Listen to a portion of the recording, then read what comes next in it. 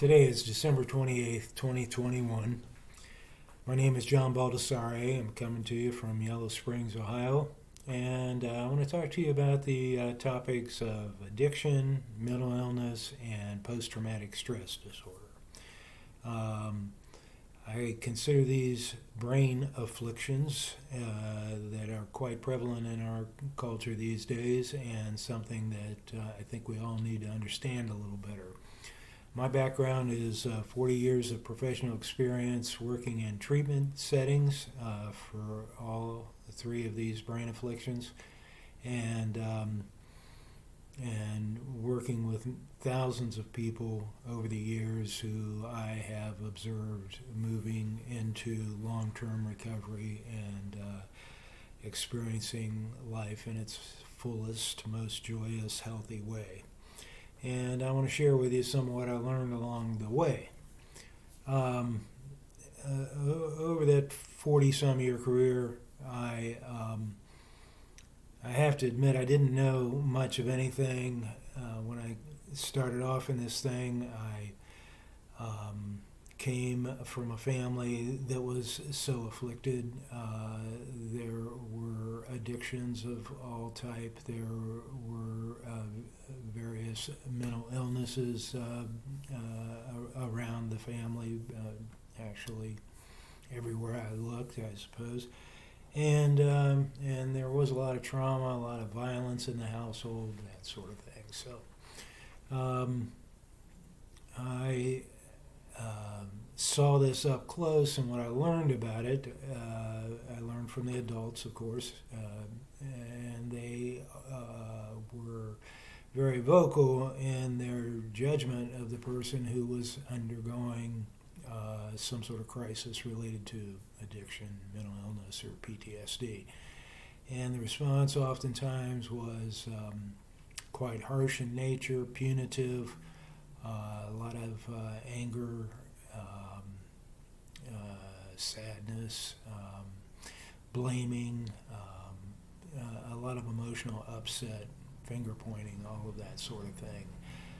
You could do better if you really tried, if you wanted to. You don't have to drink that much.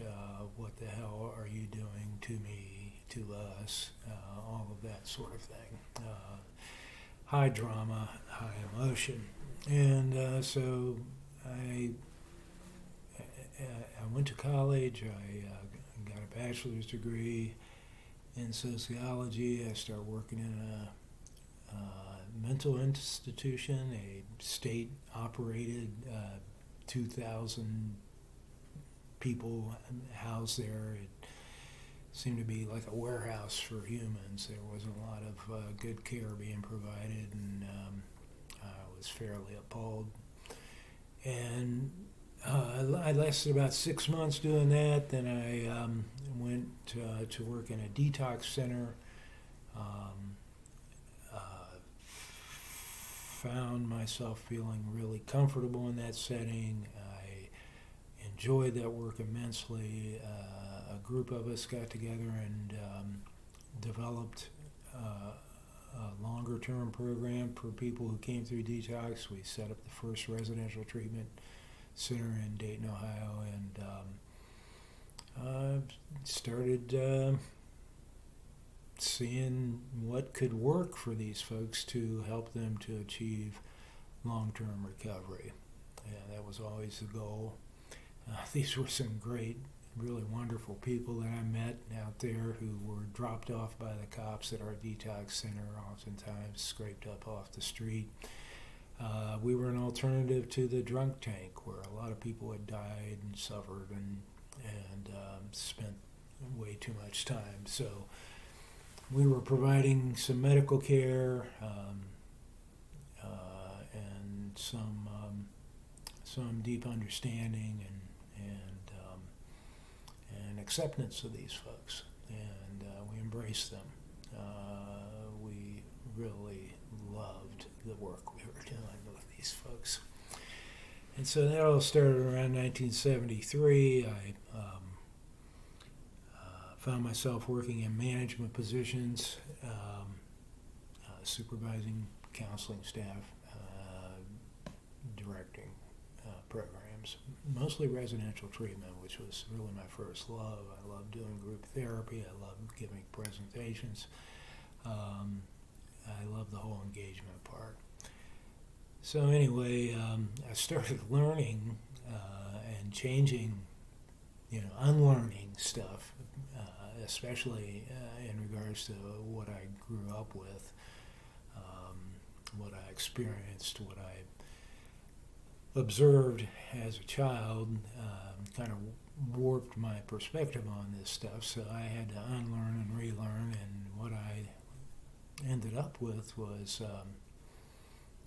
these folks who were coming to us were truly ill in every kind of way. They were experiencing something that was beyond their control and beyond their intentions.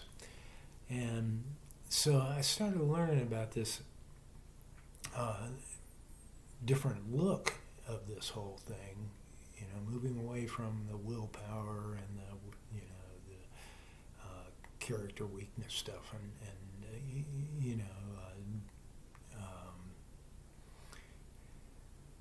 all of the emotionally charged stuff, and tried to look at things objectively and really come to understand what was going on with these folks. One of the things we did when we set up this program is we brought people in recovery, long-term recovery, into our treatment center. Usually we plucked them out of AA. We asked somebody who had a couple of years sobriety, or maybe 5 or 10 years or more. We'd ask them to come in and talk to our patients and give them a little hope and tell them what it was like, what happened, and what it's like now. And so they'd come and talk to our folks, and I'd sit in on these sessions. I was learning too. And what I came away with, I kept hearing the same thing over and over again, so the repetition stuck with me.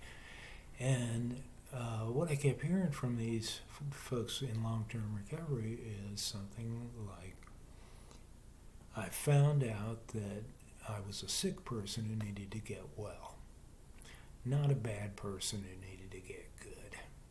I found out I had a disease.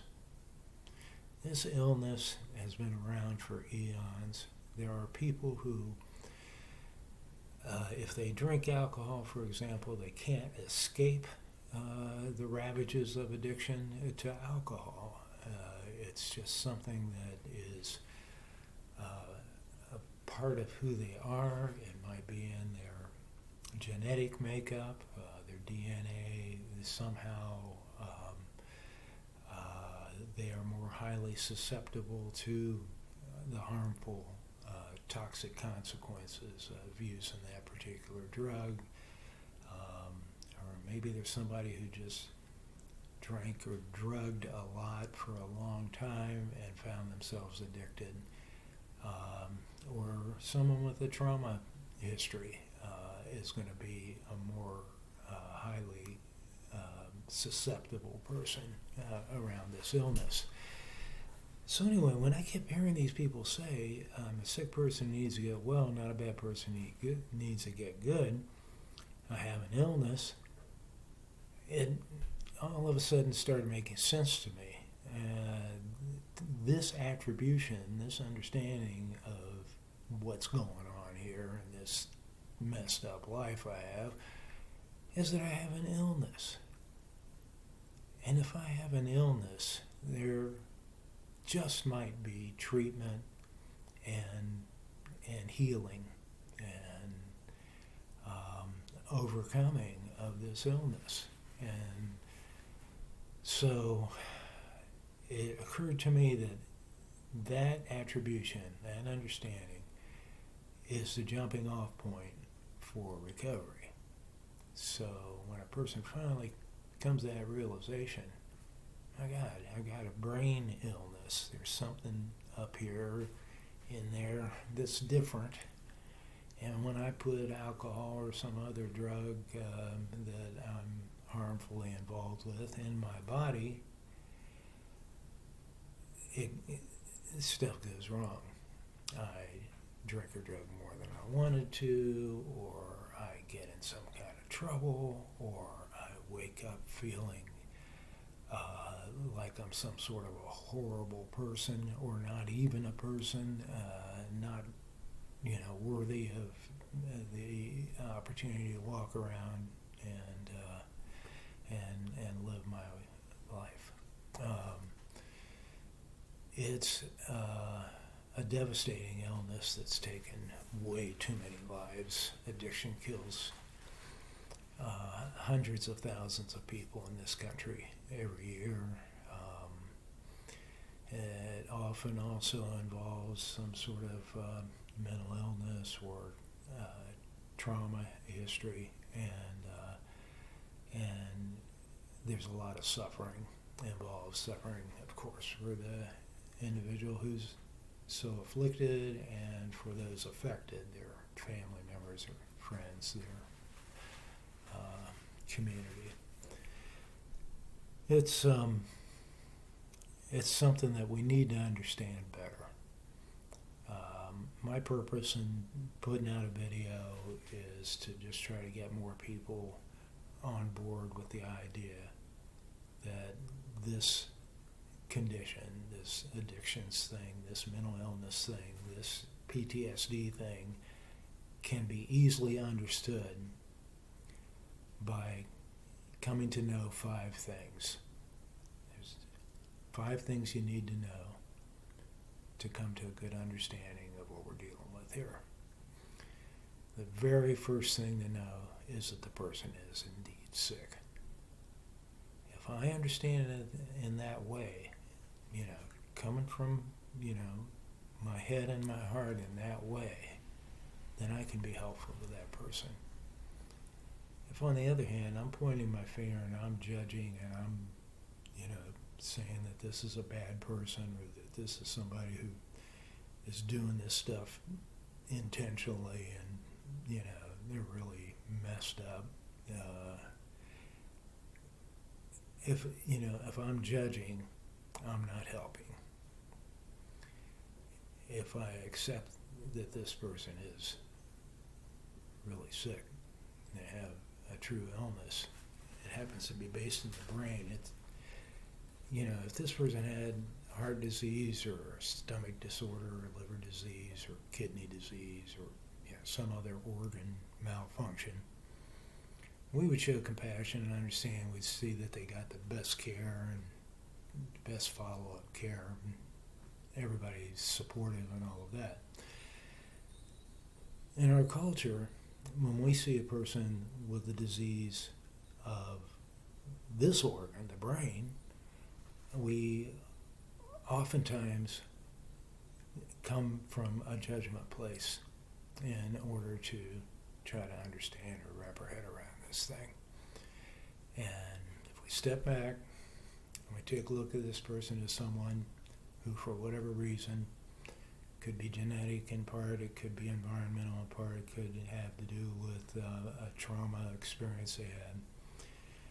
Somehow, they have this different brain, this addicted brain, that's causing all these problems in their life. And they need to understand what it is to have that disease and learn all they can about it, and come to know what they're dealing with. That's the very first, most important thing to know about addiction, mental illness, or PTSD. This person is sick. And again, if we want to be helpful, we start from that place. The second thing to know, and that's very important to know, there's 5 things altogether. The second thing that's important to know is this person is very lonely. Over the process of getting sick and through all of what goes along with that, this person has found themselves more and more separate and isolated from other individuals, from former close bonds with family members or best friends or, acquaintances in the neighborhood or whatever, a distance has occurred around the person simply being in denial around their disease, and people are seeing certain behaviors and certain presentation, a certain kind of presentation from this person, and they're standing back a little bit, and maybe they're shunning them a little bit. At the same time, the person who has the affliction is saying, I don't want to get too close to this person. I don't want them to see who I really am or what I'm really about. I'm going to keep my distance, and there's more and more separation. There's more and more fear of other people, paranoia, that kind of thing can go on.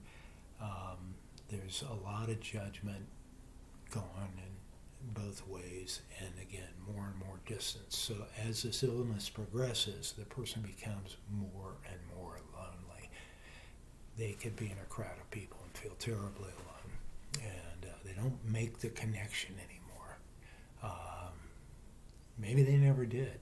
Some people are never safe. They never feel safe because of abuse in the household and that sort of thing. And so they never even initially make a safe connection with anybody. There's always some kind of distance, and it gets worse over time as this illness progresses. So, very important. This person is sick and they're lonely. They believe nobody understands them. They see themselves as different. There's a lot of misinterpretation of cues and all of that sort of thing. A lot of confusion going on, and again, inability to make a connection. Okay, the third of the 5 really important things to know about this illness is that this person who is sick and lonely is also unable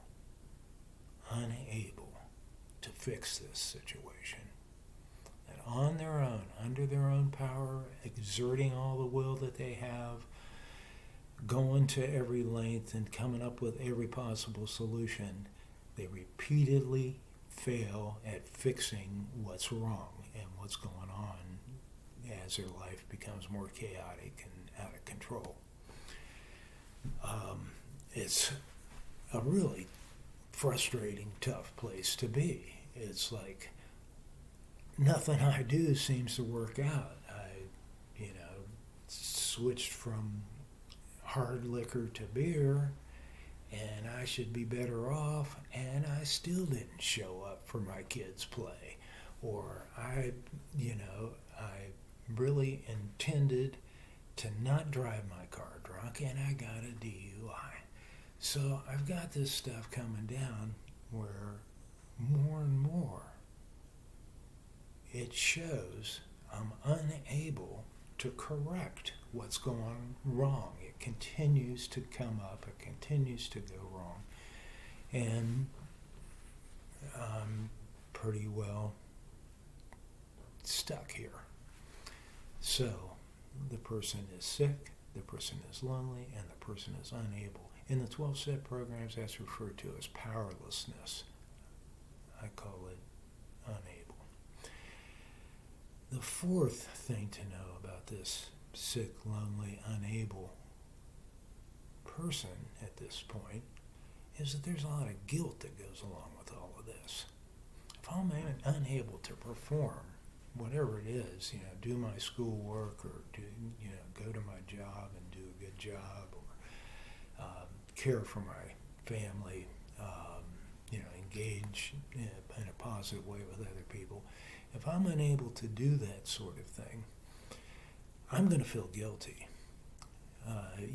We all have high values and high morals, and we learn these things from our parents and our teachers and our ministers and folks like that. They tell us right and wrong, good and bad, we get all that sorted out. And so I have my values and my morals or ethics up here, but my behavior as a result of my illness is way down here. And guilt is what that leads to when there's that difference there. It's like, I believe in, I can tell you what a good worker is. Somebody who shows up every day for the job and puts in their best effort and they get results and all that sort of thing. And that's my goal here. That's who I want to be. Yet I'm not showing up for work, or when I go there, I'm in some kind of conflict with somebody, or I've got a hangover, or I'm just not wanting to do this, and I feel guilty. Same with my commitments to my family or my community. I'm either there for them or I'm not there for them. And if I'm not there for them, I'm feeling guilty because my value says a good parent is somebody who's there and, shows up for the kid and is supportive and loving and, all of that. My behavior might be way different from what I'm believing I ought to be doing. So, to feel guilt is to believe, I'm doing bad things. The fifth thing to know is that this person feels a great amount of shame. As the guilt accumulates, the shame gets deeper and deeper into the core of the person. Now, some people come into addiction or mental illness or even PTSD with a core of shame because of some earlier trauma and childhood sexual abuse, for example, brings a great amount of shame with it. And so the first time that person picks up a drink and it makes all that stuff go away and they're, almost immediately addicted, then, you can know that they're going to experience a lot of shame. They're going to feel the shame or add to the shame that's already in their core from their childhood abuse or witnessing domestic violence or being beaten, hit too hard, too often for no good reason, all of those things. So anyway, the shame, which is part of this whole affliction, this brain affliction we're talking about, mental illness, addiction, PTSD, the shame that comes about it is really deeply seated, and it kind of continues to grow in the person and can lead to self-destructive thoughts and harmful thoughts around suicide, that permanent solution for a temporary problem. And that's why we have a high suicide rate in this country. Untreated mental illness and poorly treated addictions or PTSD allow for this continuation of this developing shame, and the person would ultimately get to the point of self-destruction. And guilt is I'm doing bad things. Shame is I'm a bad person. Maybe I don't even deserve to live. That hopeless state, and the person pretty much is ready to give up. And that's when we offer them a treatment option. There is a very clear-cut path to recovery. I'm going to lay it out for you. It's based on what I call the big 5 values of recovery. So to learn about addiction or mental illness or PTSD, there's 5 things to know. The person's sick, lonely, unable, guilt-ridden, and shame-filled. For recovery, there's 5 things to do. Sobriety, the person has to get sober. Love, the person has to get in a system of care and start receiving support and love that they deserve and that they'll clearly benefit from. Unity, where a person joins up with like afflicted people and shares their experience with those people and gets hope from those people. The 4th thing to do is around growth, doing self-improvement activities such as psychotherapy for family of origin issues. We've all got them. working the 12 steps if you're in a 12-step program, reading self-help books, practicing relaxation techniques, learning, anything, but growth-enhancing activities. The fifth thing to do in order to fully recover from addiction, mental illness, or PTSD is spirituality. And spirituality isn't something that I'm going to try to define. I'm just going to tell you that spirituality has to do with practice. Practicing some sort of connective with the metaphysical or the divine or whatever, but some sort of a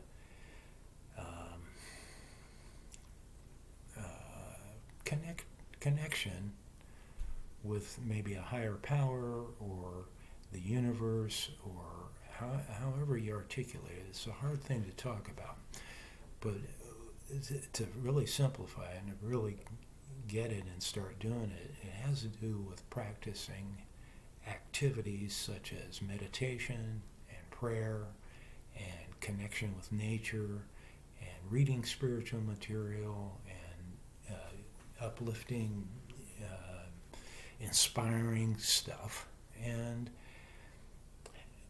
providing yourself an opportunity each and every day to connect to something larger, something more all-encompassing, something uplifting, some bright light, some clarity, some godlike something, and doing that in a routine, ritualistic, reverent way each and every day is the completion or the totality of what we call recovery. It starts with sobriety, it comes with love next, then unity, the joining up phase, growth, all the self-improvement stuff we can do, and spirituality. Practicing those things each and every day to make that connection, to find, the source of energy. Where our focus goes, our energy flows.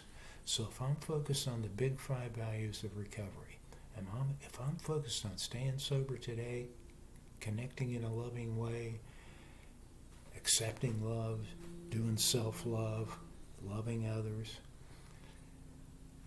being connected or joining up or having that unifying, that unity experience with like-afflicted people,